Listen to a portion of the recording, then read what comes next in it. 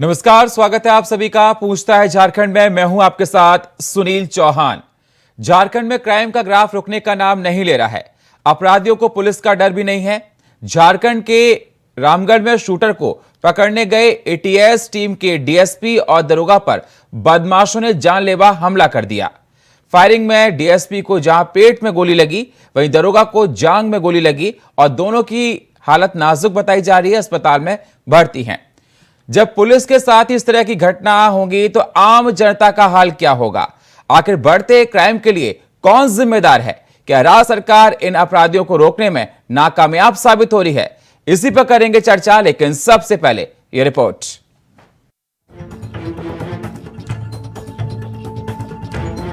झारखंड में क्राइम थमने का नाम नहीं ले रहा है। आए दिन कहीं ना कहीं अपराध, चोरी, लूट जैसी वारदात से कोई ना कोई शहर टहल रहा होता है। साफ है कि झारखंड में अपराध और अपराधी बेलगाम हैं।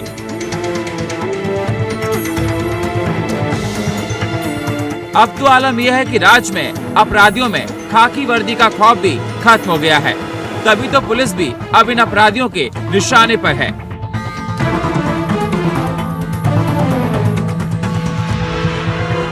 जी वाकई है कि झारखंड के रामगढ़ का जहां मुखबिर की सूचना पर शूटर को पकड़ने गई एटीएस टीम के डीएसपी और दरोगा पर बदमाशों ने जानलेवा हमला कर दिया।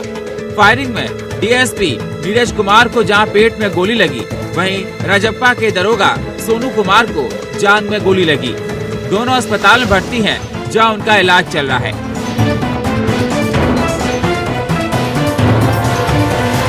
ये घटना परतातू थाना क्षेत्र की बताई जा रही है। अब सवाल ये, क्या हेमंत के राज में अपराधी बेलगाम हो गए हैं? इस वारदात के बाद राजनीतिक आरोप प्रत्यारोप भी शुरू हो चुके हैं। अपराधकर्मी के द्वारा जो है एटीएस टीम पर फायर किया गया था, जिसमें जो डीवाईएसपी नीरज है वो मुख्य रूप से उन्हें गोली लगी पेट में, वो जख्मी हुए हैं। एक हमारे सब इंस्पेक्टर रामगढ़ जिला के हैं, उन्हें भी हल्की इंजरी इसमें आई है। दोनों को इमीडिएटली जो है अगर अगले मेडिकल का ट्रीटमेंट के लिए जो है रांची लाया गया है और अभी दोनों मेरी कंडीशन स्टेबल है। आगे की जो कार्रवाई है वो डॉक्टर्स के द्वारा की जा रही है। कुछ अपराधियों के धर पकड़ने के लिए एटीएस रांची और रामगढ़ पुलिस की टीम यहां पर आई थी। उसमें रेड के दौरान जब उस अपराधी को पकड़ने की कोशिश की गई तो थाने से करीब 4 किलोमीटर दूर दारीडी गांव के नज़दीक जो घटना स्थल है वहां पर उसको पकड़ने की कोशिश की गई। तो पुलिस को देख के उन गुप्त अपराधियों ने पुलिस पर इंडिस्क्रिमिनेट फायरिंग स्टार्ट कर दी और उस क्रम में एटीएस के डीएसपी नीरज जी को पेट में गोली लगी और रामगढ़ पुलिस के सब इंस्पेक्टर जो अभी रजरप्पा थाने में पोस्टेड हैं, सोनू साव, उनको भी गोली जांघ से छूते हुए निकली है। दोनों की हालत अभी ठीक है और इनका मेडिकल अस्पताल में इलाज चल रहा है। वैसे तो झारखंड में बीते 3 साल में यानी हेमंत सोरेन के राज में पॉक्सो एक्ट में 3,388, साइबर में 2,972 और एनडीपीएस एक्ट के तहत कुल 1,644 मामले दर्ज हुए हैं। ये बात खुद झारखंड की विधानसभा में रखी गई थी। अब सवाल खड़ा होता है कि जब राज्य में पुलिस पर अपराधी बेखौफ पर फायरिंग झोंक रहे हैं तो आम इंसान का क्या होगा? Bureau report, India voice, Ranchi.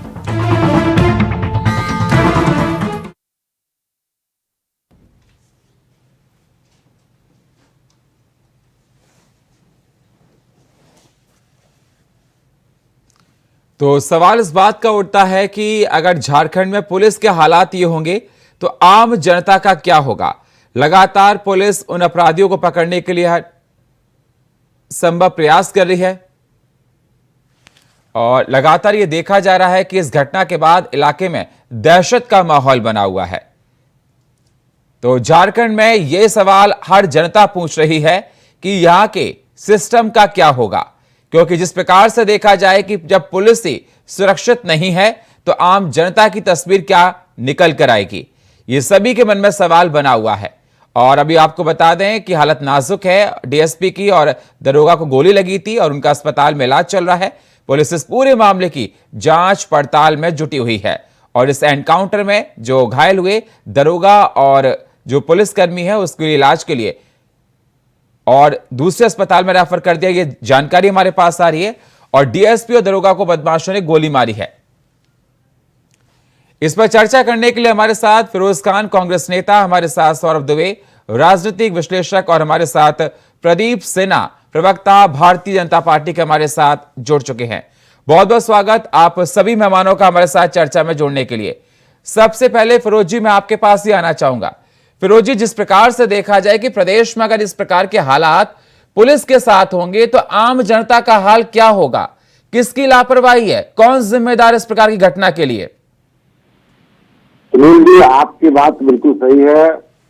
कुछ तो क्राइम बढ़ा है, इसलिए बढ़ा है क्योंकि कुछ अधिकारी ऐसे हैं जो क्रिमिनल से मिले हुए होते हैं, क्रिमिनल के साथ रहता है। बहुत सारे अधिकारी ऐसे ईमानदार वफादार भी है झारखंड में जो अपने निष्पक्ष से काम करते हैं। ये जो क्रिमिनल ने घटना घटी है, डीएसपी को और दरोगा को गोली लगी है।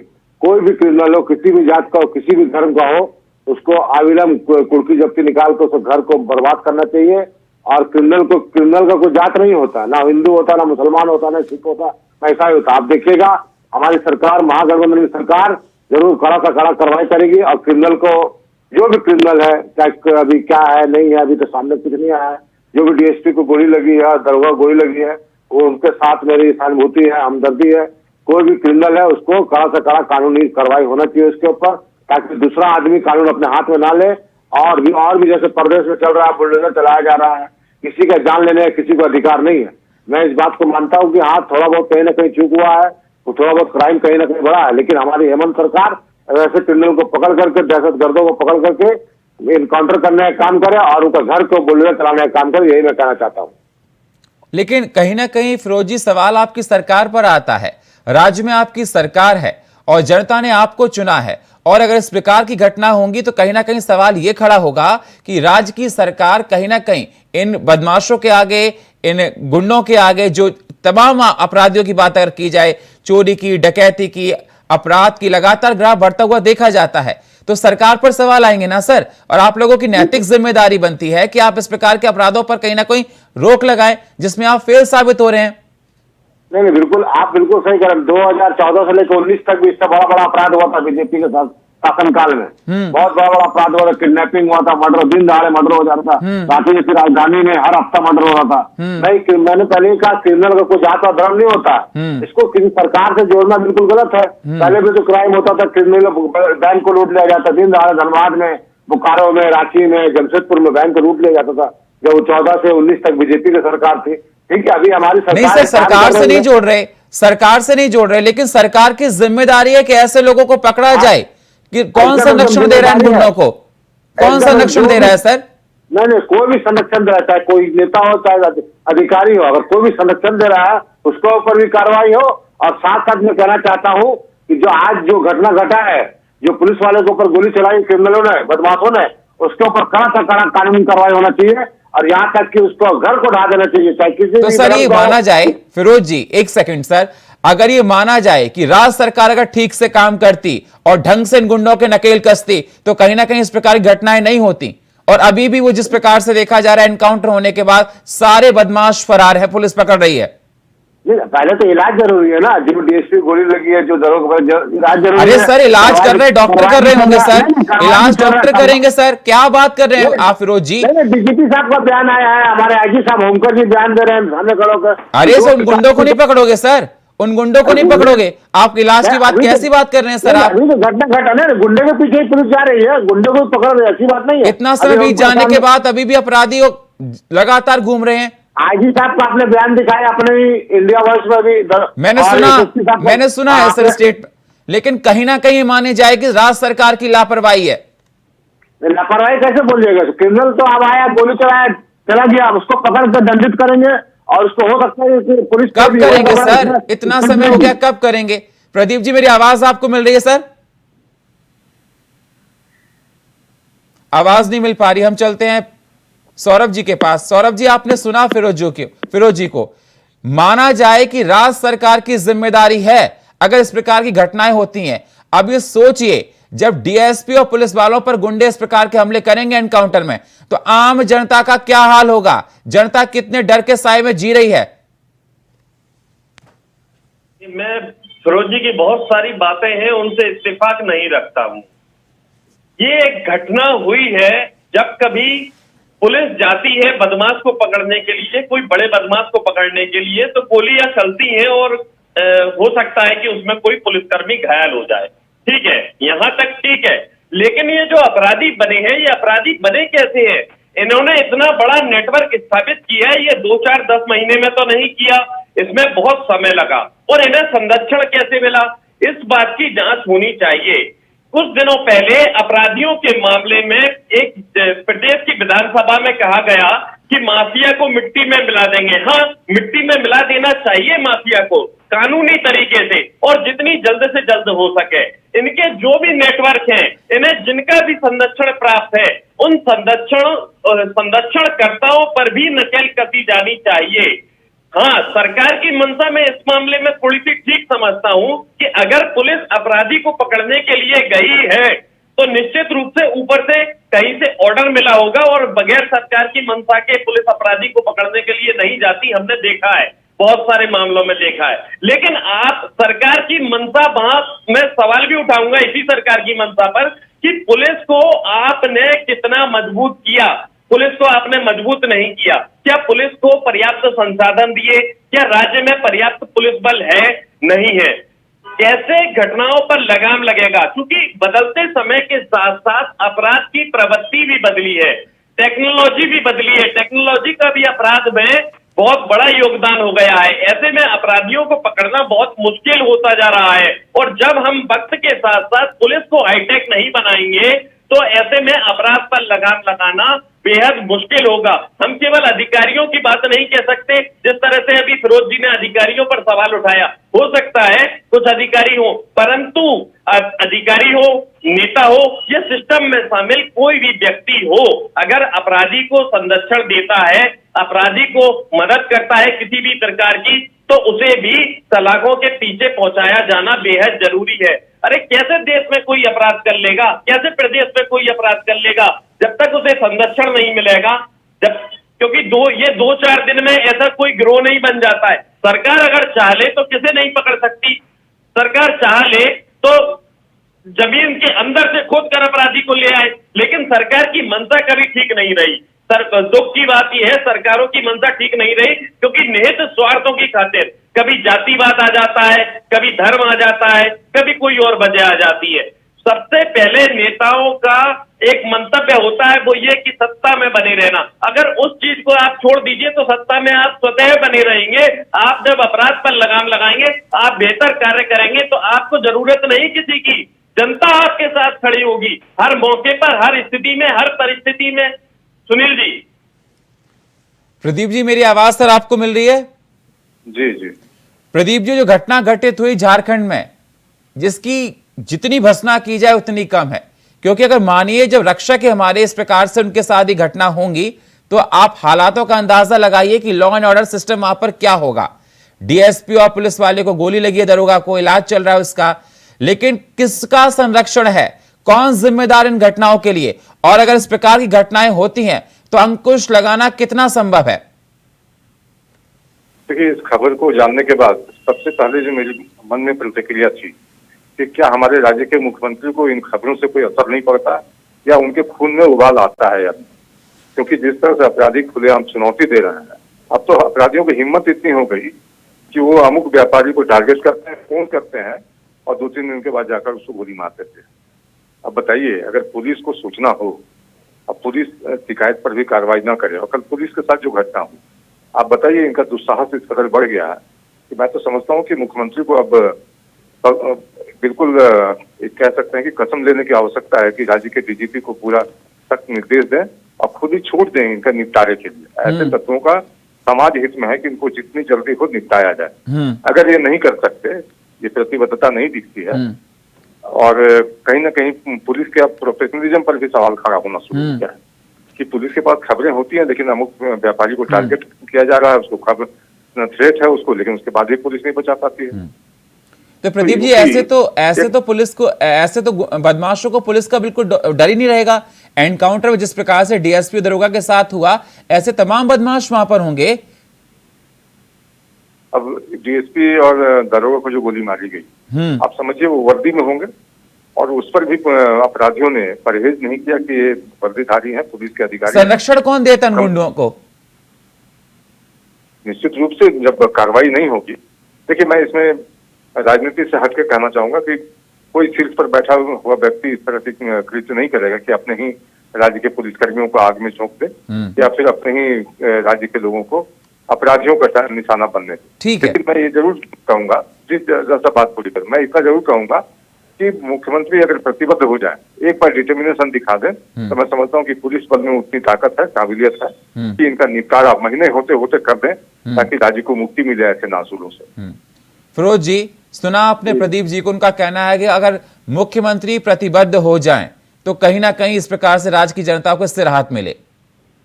नहीं, अभी आपने देखा है जी, होमकर जी ने क्या कहा, एसएसपी ने क्या कहा, बोला जल्द से जल्द हम लोग जो भी क्रिमिनल गोली चलाया डीएसपी के ऊपर, दरोगा के ऊपर, उसको हम लोग पूरा टारगेट करेंगे और जरूरत पड़ेगा कड़ा से कड़ा कार्रवाई करेंगे। और डीजीपी का बयान आया है, सबका बयान आया है, इसे मैंने सुना है।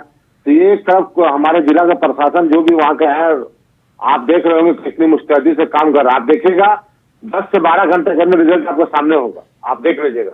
जैसे मैं प्रशासन का बयान सुन रहा हूँ, सरकार की बयान सुन रहा हूँ, तो कोई भी क्रिमिनल हो, मैंने पहले कहा, किसी भी जात का हो, किसी भी धर्म का हो, वो लोग किसी का नहीं होते, क्रिमिनल किसी का नहीं होता, वो पैसा के लिए काम करता है।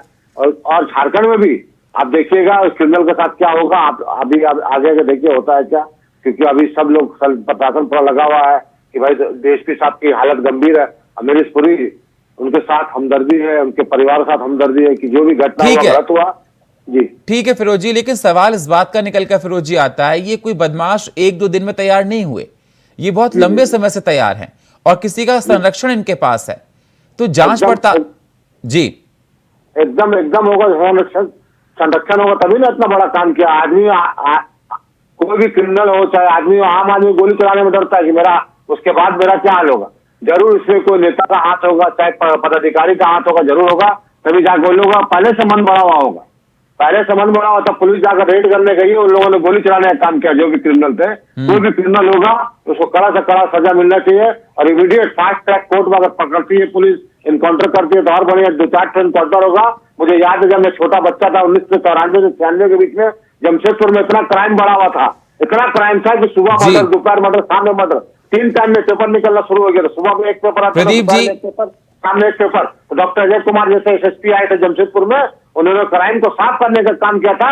तब जाके जमशेदपुर का माहौल ऐसा हो तो कोई भी लेडीज, कोई भी बिजनेसमैन घर से 8 बजे के बाद निकलता है। प्रदीप जी, मेरी आवाज आपको मिल रही है सर? जी जी हाँ। डॉक्टर अजय कुमार जवाब दीजिए। जिस प्रकार से फिरोज जी का कहना है कि लगातार बहुत अच्छा काम किया गया जमशेदपुर में। नहीं, डॉक्टर अजय कुमार जैसे एसएसपी आए और पूरा शहर को साफ ठीक है फिरोज जी, ठीक है प्रदीप जी, जवाब लेता हूं, कितना राज्य में विकास हुआ, कितना लॉ एंड ऑर्डर ठीक हुआ? प्रदीप जी, देखिए, उस गुजरे जमाने की बात का ढोल पीटने से आज कोई फायदा नहीं है, लेकिन कल जो पुलिस वालों के साथ घटना घटी, तो लोगों के मन में तो संदेश यही जाएगा ना कि जब पुलिस वाले ही असुरक्षित हैं तो हम आम जनों की क्या बिसात है। और निश्चित रूप से वो ऐसी स्थिति में व्यापारी हो, कारोबारी हो या चिकित्सक हो, जिस तरह से उनको धमकाया जाता है, तो वो हथियार डाल देंगे और अपराधियों के समक्ष सरेंडर कर देंगे कि आप जैसा ही कहेंगे वैसा ही मैं करूंगा। तो अब प्रशासन को, खासकर मुख्यमंत्री को, ये प्रतिबद्ध होने की आवश्यकता, कसम खाने की आवश्यकता है कि ऐसे लोगों को, मैं तो इस पक्ष में हूं ही नहीं कि इनको पकड़ो और इनको ट्रायल की स्टेज तक ले जाइए, इनका सीधा इनकाउंटर कीजिए। जिस तरह से ये बोली की भाषा दूसरों के लिए समझाते हैं, उसी गोली की भाषा से इनसे बातचीत होनी चाहिए। मैं समझता हूँ इनके साथ जैसे कोई पैसा होगा तभी जाकर ये लोग चेतेंगे और राज्य में अपराध का ग्राफ नीचे आएगा। लेकिन सर, ये देखा गया था कि मार्च 2023 की विधानसभा में जब सत्र में ये बात रखी गई, तब बताया गया कि चाहे पॉक्सो की बात हो, चाहे चोरी की बात हो, चाहे लूट की बात हो, प्रदेश में अपराध का ग्राफ लगातार बढ़ा है, कोई कम नहीं हुआ। जी जी जी। तो मुख्यमंत्री ने आंकड़े दिए विधानसभा के पटल पर कि राज्य में 3 वर्षों में 3,500 से ज्यादा दुराचार की घटनाएं और उसके शिकार हुई ज्यादा आदिवासी लड़कियां और दलित महिलाएं। तो जब मुख्यमंत्री स्वयं स्वीकारते हैं इन चीजों को, गंभीर होने की भी आवश्यकता है।